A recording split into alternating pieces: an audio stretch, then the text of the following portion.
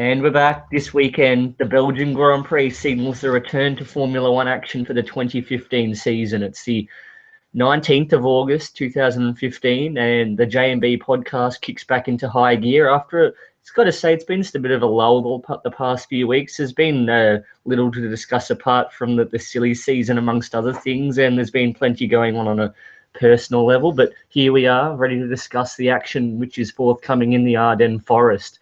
I'm Bayden Westerweller, and joining me once again today is Jawad and Bayden. How are you today? Good, thank you. I'm just raring to get back into the action this weekend, as you said.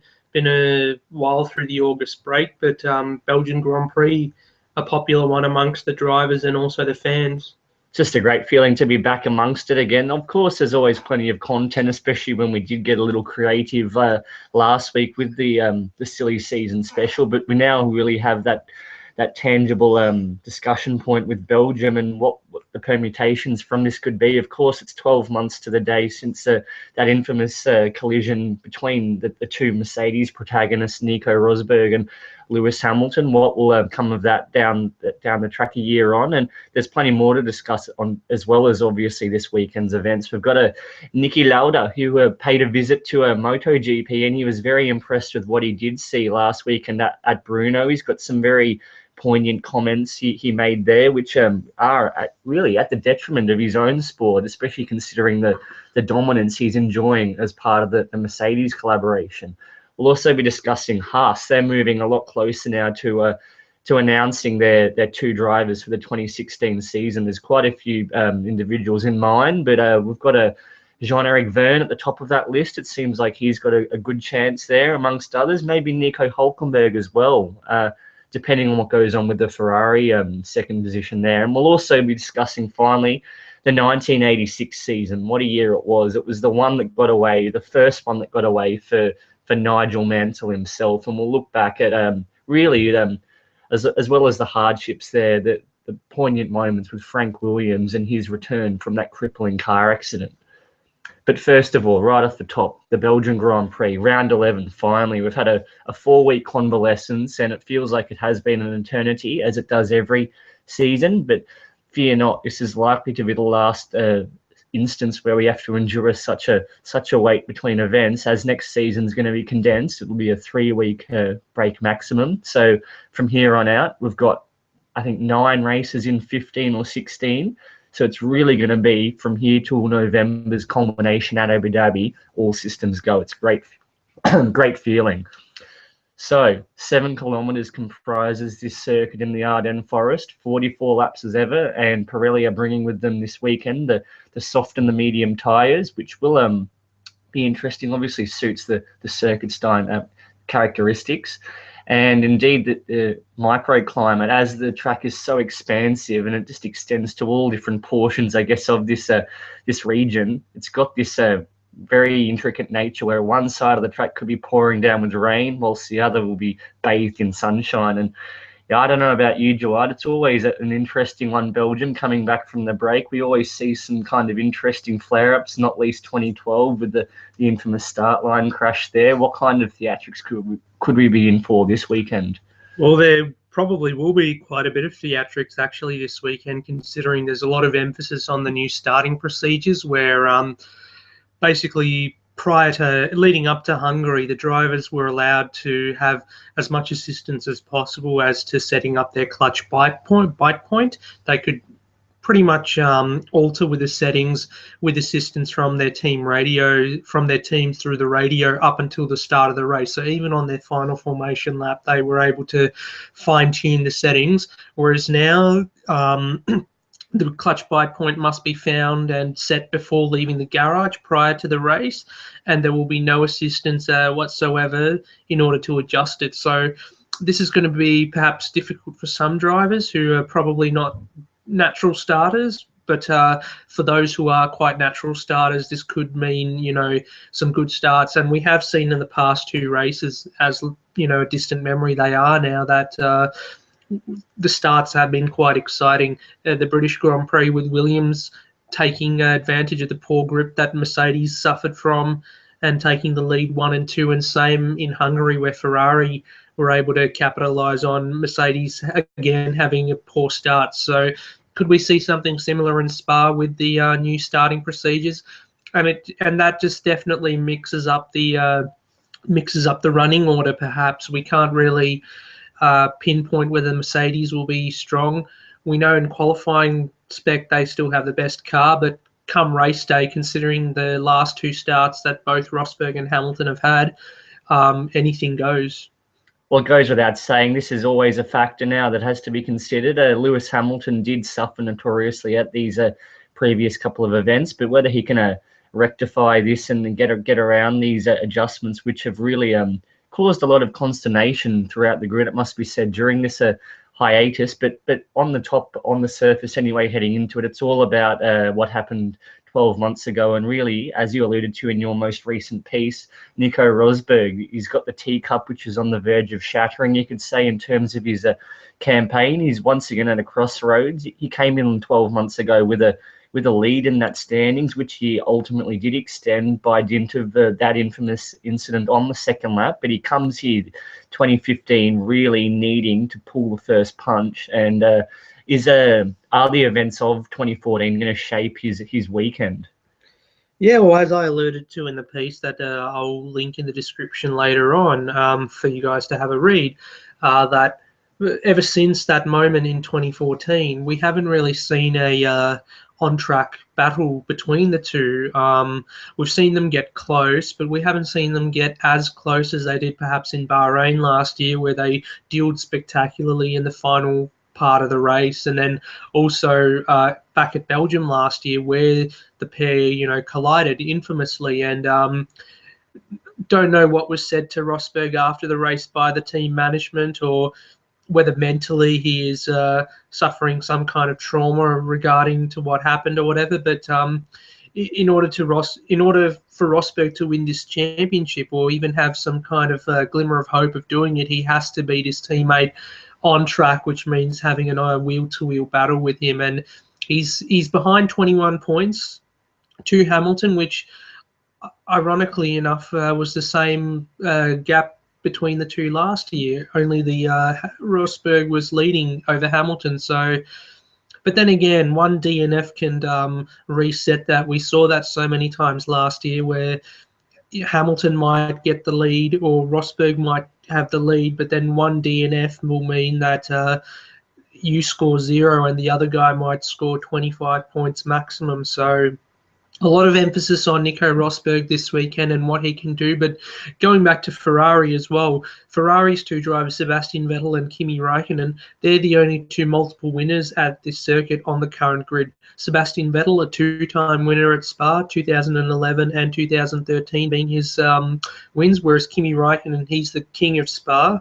And a good weekend for him, as much as we keep saying all the time, a good weekend for him at arguably his best circuit will be it'll be his ticket to ensuring a ride for next year. So Kimi Räikkönen with 4 wins to his name, Sebastian Vettel with 2.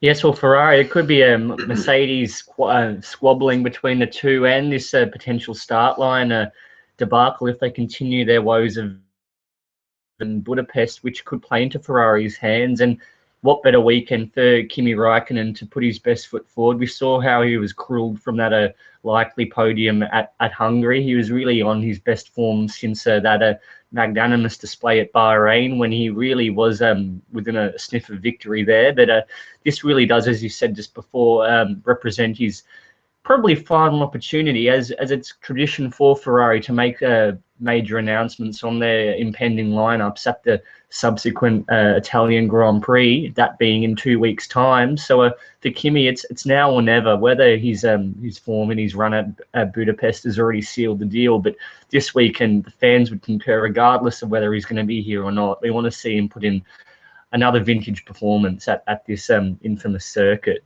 And with the emphasis being on the starts, and if Ferrari can perhaps qualify 3rd and 4th on the grid, or even split the Mercedes in position 2, what have you, if they get similar starts to what they did in Hungary, then perhaps, once they get into the lead, they can control the race. And even though Ferrari may not have that one-lap pace that Mercedes does in qualifying, they showed in Hungary that when they get into the lead of the race, they can control and manage the pace, as we saw in Malaysia with Sebastian Vettel, and then as we saw in Hungary with both Vettel and Raikkonen. Raikkonen was running P2 for a considerable amount of the race, but did we see Rosberg closing the gap at all? No, it was stagnant throughout. So as long as they get into the lead and maintain the lead, it'll be very, there's a strong chance that Ferrari might have it this weekend. Yeah, well, for Kimi, I think it's crucial that he gets on that second row, even if it's P4. That's been his Achilles heel all season, the qualifying. So it's really all about Saturday for him, and the rest could be quite simple if the theatrics of Hungary are repeated. Anyway, one team which will be looking to put its best foot forward will be Williams. We saw what they did at Silverstone, jump on the silver arrows off the line, but ultimately they came away empty-handed, and this manifested in a weekend to forget at Hungary, when they really just, for one reason or another, they were just woefully off the pace. There were all sorts of penalties, and just on the Saturday, frankly, they were suffering to no end. So they'll be looking to turn it around this weekend, and the high-speed characteristics of this circuit really should play to their strong suits. Exactly. Now, we saw they had the pace in at Silverstone, and pretty much all the high-speed circuits suited to the Williams chassis. And even though in Hungary, the driver said before the race that it shouldn't be too bad a race for them, but things didn't go their way. We saw penalties falling the way of Bottas and Felipe Massa, and then Bottas had that puncture as well, due to the collision with Max Verstappen. So we can't forget for them, and considering that they are actually targeting Ferrari for second in the Constructors' Championship, Ferrari have 2 wins now to their name, whereas Williams have only got 2 podiums, and they lost the chance of getting perhaps 2 cars on the podium at Silverstone. So they need a good result as well. And again, can we see the new starting procedure benefit the 2 drivers in Bottas and Massa? Well, another team there who might not be the ones who jump straight into P1 and P2 if we continue this theme of jumping the Mercedes off the line is McLaren and Honda. But the signs do point to on the back of their we wouldn't call it a huge success, but in terms of their own microcosm of a season, it was a massive breakthrough with Alonso coming home 5th and Jenson Button in was it P8, P9? There? P9 it was, yes. So double points finish regardless for McLaren. And there's this talk of the upgrade for this Honda PU being in the vicinity of 45 bhp, and that there are some quotes to the effect that they hope to be on a level akin to Ferrari this weekend. So whether they all propel themselves, perhaps not to these lofty heights, but a top 10, a bit more comfortably around that Red Bull mark, perhaps. I don't know. Perhaps. We've been told all season that the McLaren chassis itself is actually quite a handy chassis, and perhaps with the level of downforce and what have you, the aero package that they have might benefit them around this circuit. But again, the telling thing will be whether the power unit has the grunt to get them around there. And now we understand perhaps that with a few power unit changes, they may actually incur some penalties this weekend too. So if they drop positions, it might throw out any progress that they've made on the Saturday in terms of qualifying position. But again, the same can be said about Renault and Red Bull this weekend too, with the circuit being power dependent. It'll be a real test to see whether Red Bull and Renault will have some kind of impact in this race. Now, remember 12 months ago when the Mercedes tripped over each other, it was Daniel Ricciardo who came through for the win. He controlled the pace from the front from the start of the race and did a good job. But it's looking very unlikely that here in Belgium and then the next race in Monza, we'll see Red Bull having a strong race. And some news as well regarding Daniel Ricciardo in terms of engines and penalties. Penalty may be incurred on Ricciardo as early as Monza for changing the power unit. So still challenging times ahead for Red Bull despite their high in Hungary with the double podium finish. But and that upgraded power unit, as we said, won't be available till Russia for the team. So they just got to limitate the damage this weekend, Red Bull. Well, I was just going to mention there, if anything like Hungary last year, we didn't really think that Red Bull would probably more so than this weekend, but nevertheless, Red Bull pulled an ace out of the bag with that double podium. I'm sure Ricciardo would be more than satisfied with another podium this year following on from his success 12 months ago, but it would be wishful thinking, you'd have to say. It's going to be between the Mercedes and the the Ferraris and the Williams this weekend if the smart money's there, unless we do have, of course, the theatrics of Hungary, which was one of the races in recent years. Moving on anyway to our last point for this weekend. Anyway, until our Sunday post-qualifying and pre-race preview finally returns, we're going to look at Toro Rosso, Force India and Lotus. They all have a good chance of mixing it up with the big boys this weekend. Yeah, as we've talked so much about Toro Rosso this season and how they've got they've even got a better chassis than Red Bull, and it's no secret. So perhaps, Toro Rosso can mix it up there with Max Verstappen and Carlos Sainz. Both drivers have good memories of this circuit as well from junior Formula. And perhaps they could be the best of the rest in terms of getting those points. But what an effort from Max Verstappen, it has to be said, in Hungary, finishing P4. And we even discussed last time after the Hungary podcast that perhaps if he didn't have that penalty at the end, a podium would have been in sight for him. So one can't express enough praise for both the Toro Rosso drivers and how well they've done. But then again, Lotus, they still have the chassis to get the job done, but they've been so akin to bad luck, so much bad luck this season that you can't really put a finger on them and say, oh yeah, they'll definitely finish in the points. It's always a question mark. And Force India too, with their upgraded their B spec car as well, they had a pretty poor race in Hungary, not of their own volition. Nico Hulkenberg had that front wing failure, spectacular, and then Sergio Perez getting in the wars with Pastor Maldonado. So Force India will aim to get the points, because after the double podium that Red Bull got, they have slipped out of Force India's clutches a little bit. So Force India will want to claw some points back then. Yes, well, finally on Force India, I believe they said around Singapore their final spec will make its appearance. And as for Lotus, they've, I think you want to allude to a bit later on, they're making no secret now. It's quite open amongst the public that they are pushing for this reacquisition by Renault as a manufacturer.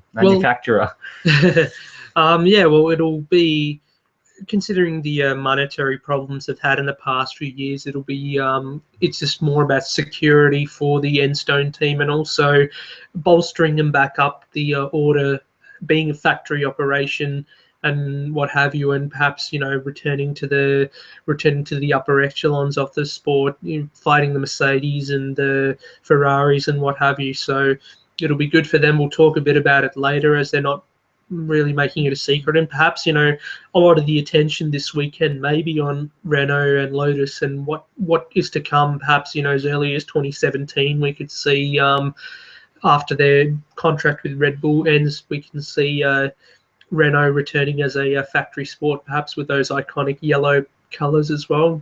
Yes, that'd be something. Another manufacturer is sorely needed. And just a final point, it was also worth mentioning, Manisha Kaltenborn as well is making some whispers about how it'd be ideal for Sauber to perhaps once again team up with a manufacturer. And there was some talk amongst the fans that a BMW would be a logical fit. And how would that be, considering the acrimonious circumstances under which their previous partnership came to a conclusion in 2009? But more on that later. Anyway, we're going to move to our next point for now. And none other than the chairman himself, the three-time world champion, and Niki Lauda. He paid a visit to Brno last weekend for the MotoGP action, where Jorge Lorenzo rode off into the sunset, and he now, by dint of his superior victory tally to Valentino Rossi, his Yamaha teammate there, he's got the essential standings lead. But the Austrian was a very pleased attendant, that must be said. He had some very interesting remarks. I don't know if you want to emphasize them first of all. Yeah, he was quoted as saying that it's unbelievable 350 kilometers or more, and to watch how they control them, it is the most incredible racing you see today. And amongst others, unfortunately in Formula One, it is the opposite. The cars are so easy to drive that you don't see the skids or something similar. So yeah, Lauda pretty much emphasizing how the racing in MotoGP is a lot, just pretty much better in all facets compared to Formula One. And it was quite funny that the Dorna Sports commentator Nick Harris, upon seeing Niki Lauda on the television screen said that, oh, Lauda's come to see some overtaking because where he's from there is none at the moment, and a bit of a laughable moment there, but it is quite true that MotoGP in all areas is a lot more spectacular, even though people don't realize it is essentially between two manufacturers. The front running battles, the factory Hondas and the factory Yamahas. This racing is so spectacular, and if we had that sort of racing in at the top in Formula One, say Mercedes versus Ferrari even, then I guess it would be too spectacular for people to complain about other things, the fact that other teams are not up there. And two-tier, MotoGP is essentially a two-tier category too. You've got the factory / satellite teams versus the open class teams who get extra benefits and whatnot. And the show that they put on, you have to say, is it is spectacular what you see. But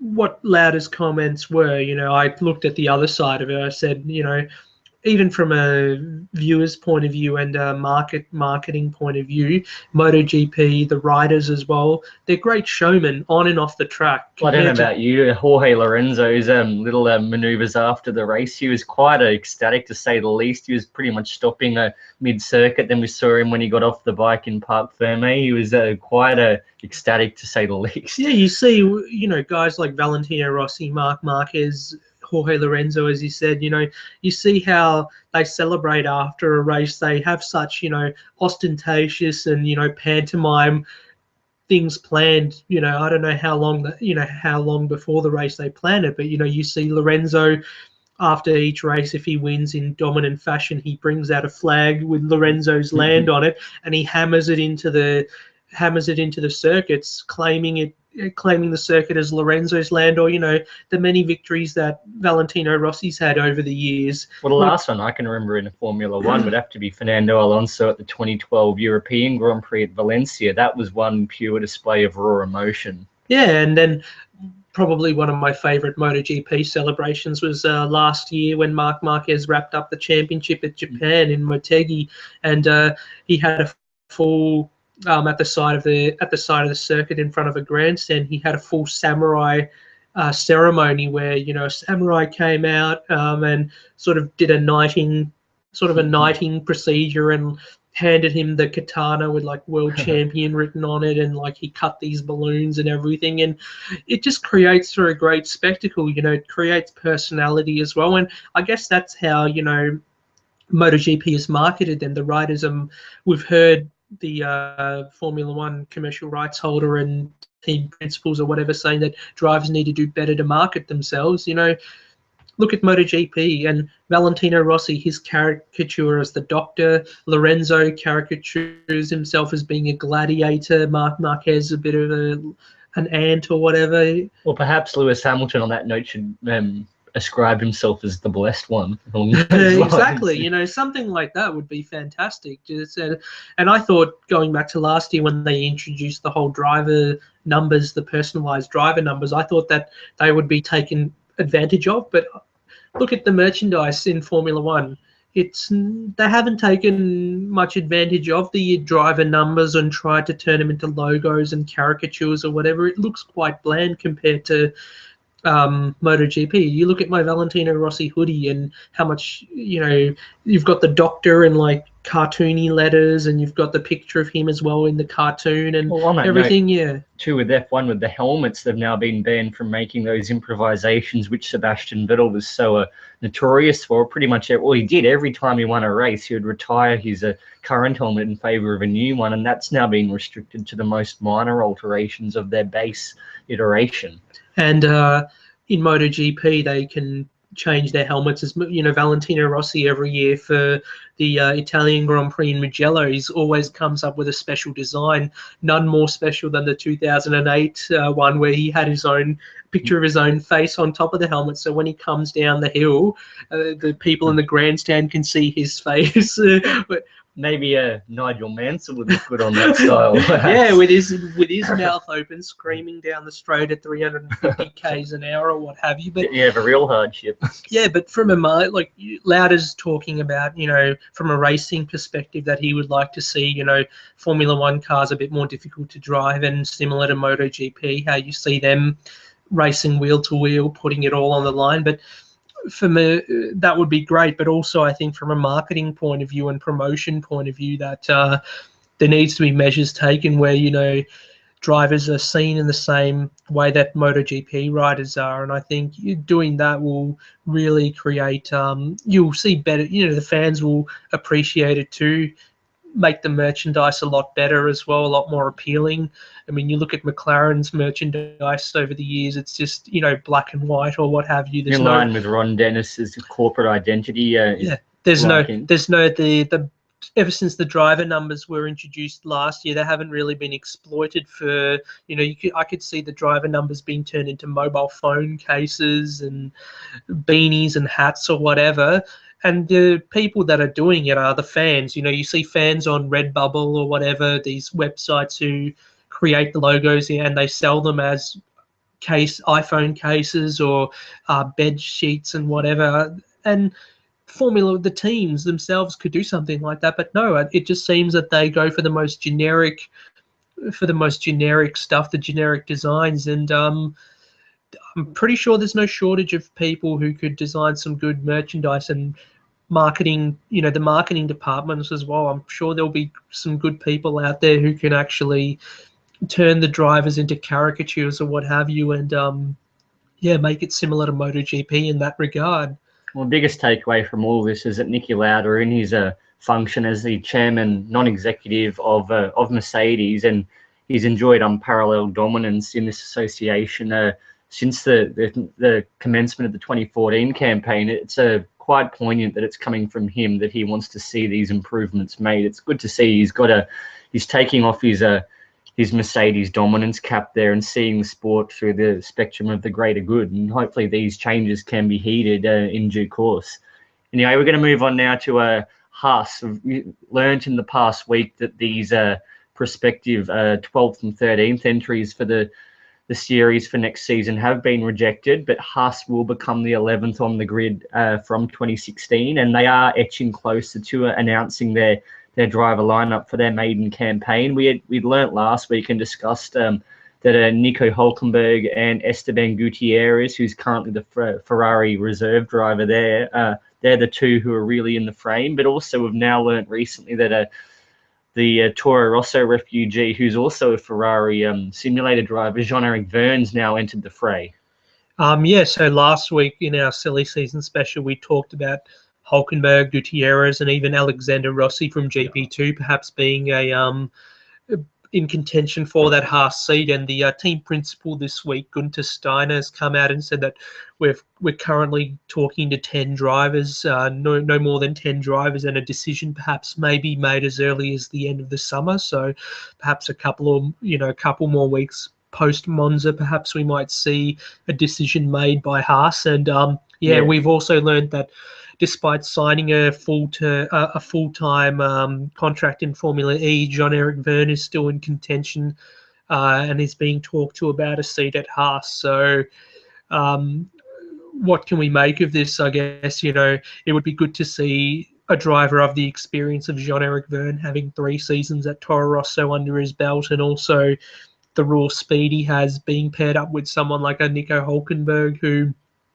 has been linked to perhaps taking over Kimi Raikkonen's seat at Ferrari, or Esteban Gutierrez with his Mexican sponsors, and also the United States link there and what have you, being in contention there too. So yeah, I think all the dominoes are quite contingent on what does happen with Kimi Raikkonen, which we do hope to have a resolution in coming weeks, as you alluded to, prior to or on that Italian Grand Prix weekend. And from there, it's rest assured that not just Haas, but pretty much all of these unconfirmed seats will surely be known. We'll see what will happen with Valtteri Bottas, Felipe Massa at Force India, of course, with Hülkenberg, whether he ends up somehow at Ferrari or Williams or Lotus or indeed Haas. And then from there, whether that leaves Jean-Eric Verne with an option, and how that ties in with the likes of Gutierrez there. So the next 2 to 3 weeks really are pivotal in settling down the established grid for next season. Yeah, well, once Raikkonen falls into place, I guess that's the key domino that we have to look at. Once he falls into place, I think everything else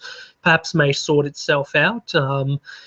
As you said before, there were 2 teams who we discovered that had plans to enter the sport perhaps as early as next year, and the FIA has rejected their bids as they didn't meet as those 2 operations didn't meet the criteria that was detailed back in June or July. So where does this leave, say, Kevin Magnussen and Stoffel Vandoorne? They were obviously lined up quite logically with a potential art outfit in association with McLaren and Honda.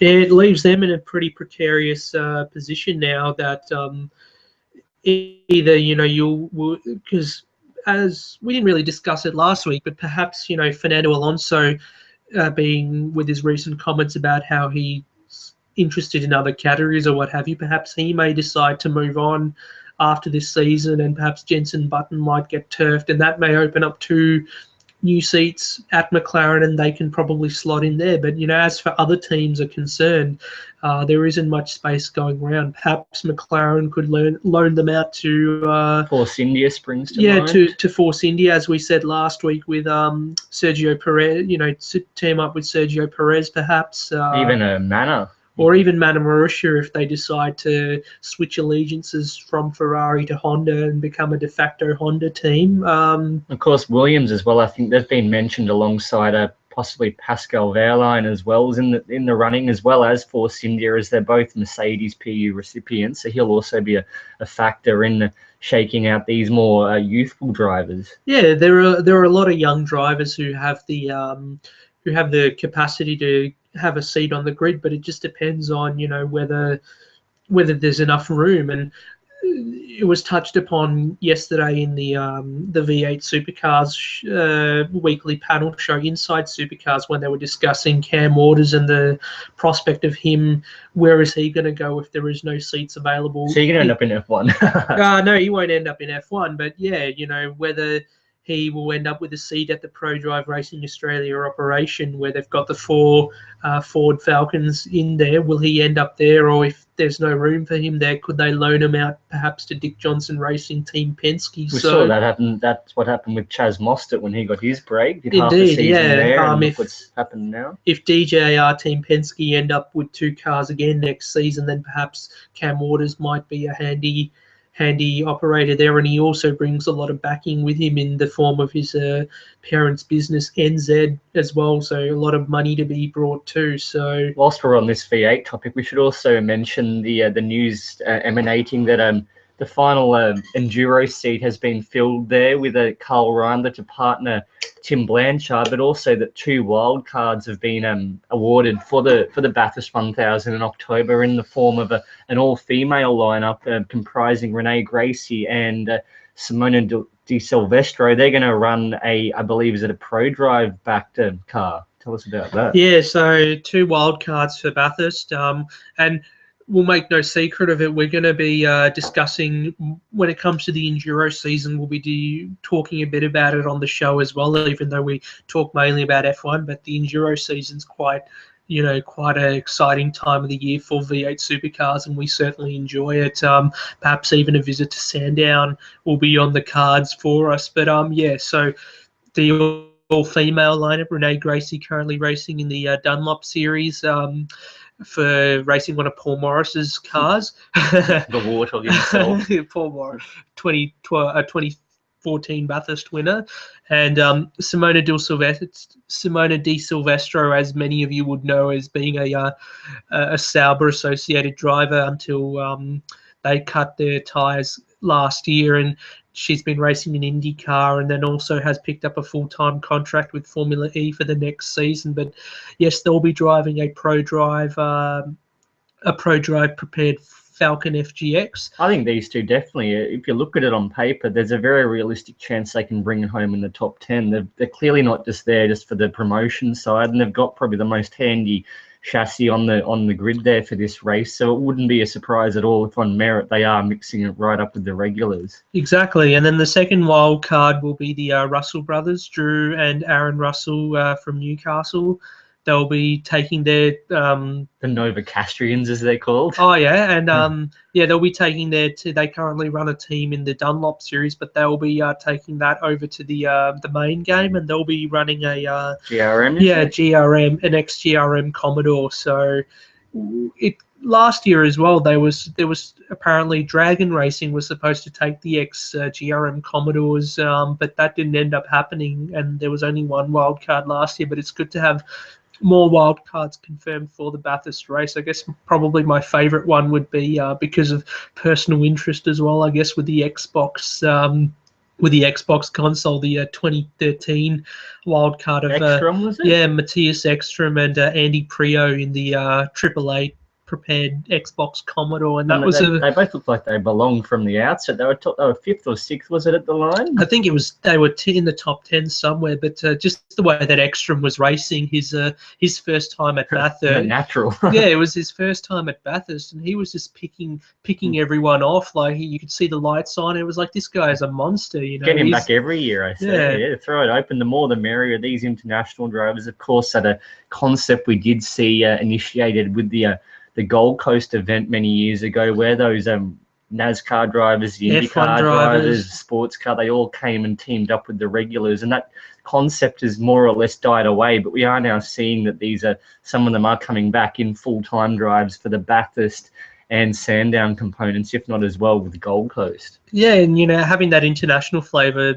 I remember a few years when they did the whole Gold Coast thing, they had ex-F1 drivers like Nick Heidfeld, Tony Eliuzzi as well. David Brabham is pretty keen on doing it as well. And this year, I think Sebastian Bourdais is teaming up with Lee Holdsworth in the Walkinshaw team as well. So that'll be good to see. Bourdais, not a stranger to V8 supercars. He's had a few wins under his belt with J-Dub, with Jamie Whincup back in the 888 team. So yeah, that'll be quite handy to see. And just looking forward to the Enduro starting in September. But anyway, moving it on now, Bayden. Yeah, we'll bring it back quickly before we move on to Nostalgia Straight. The final point is tying in with Haas and all that. It's remiss not to mention that at Lotus and what happens there with this potential acquisition by Renault. That too is the other huge factor in shaping the 2016 grid, because it could see some very interesting people putting up their hand for a drive if this does happen. It's clearly going to be quite a hotly contested seat there with that manufacturer backing. So this too, along with Kimi Räikkönen, are the two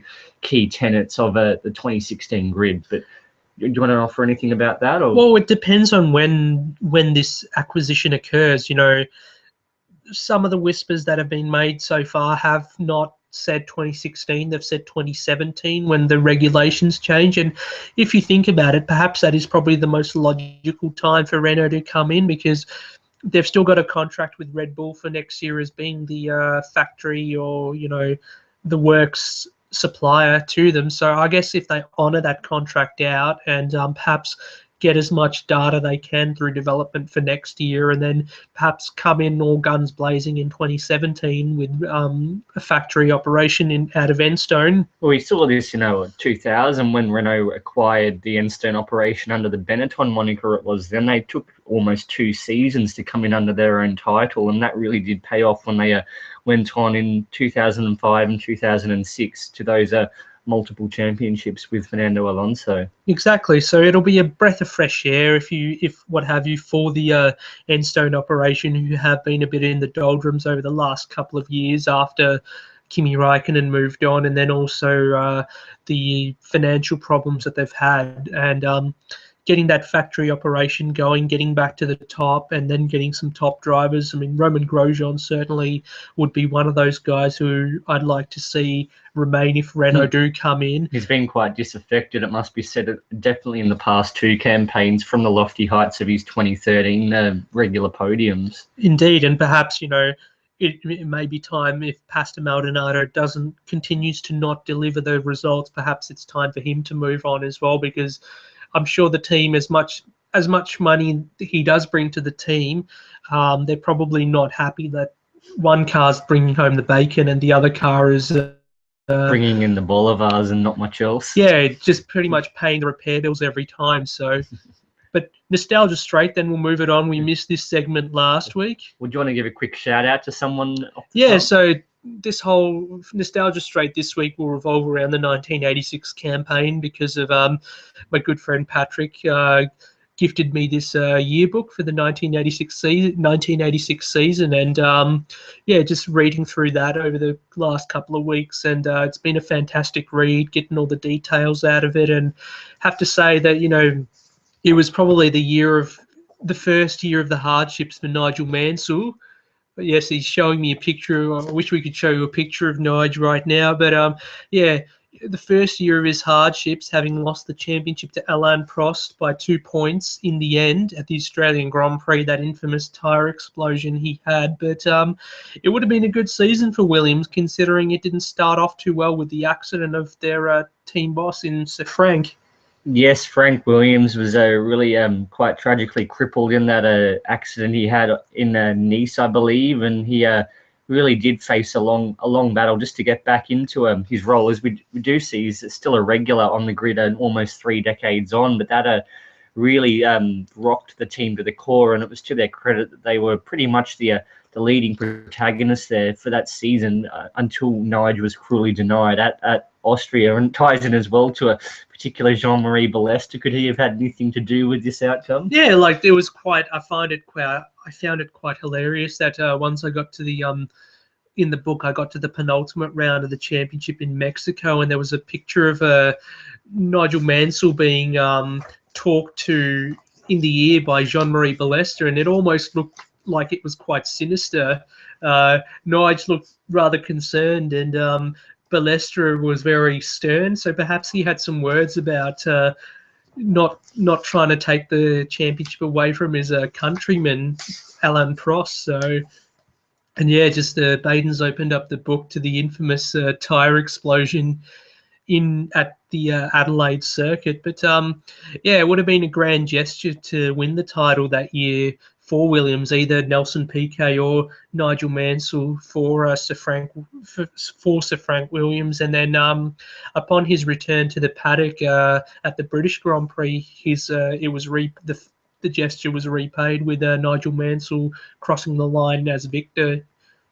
Well, I think really this season, Williams did go on in subsequent years to enjoy probably their most successful phase of their stint on the grid, and obviously Frank Williams, is testament to that resilience, the way that he bounced back from the hardship which resulted from his road accident. And Nigel Mansell, of course, he suffered his fair share throughout his career, but ultimately we did see in 1992 he ultimately bounced back with the ultimate success when he took out his sole title before moving on to IndyCar, where he backed it up with his championship in his first campaign there. But I don't know about you, Jawad. That's about all that. Oh no, I was just for today. Unless you got anything you can glean from the yearbook specifically now. Just one final point I would like to make. Just going through and looking at the pictures of all the drivers.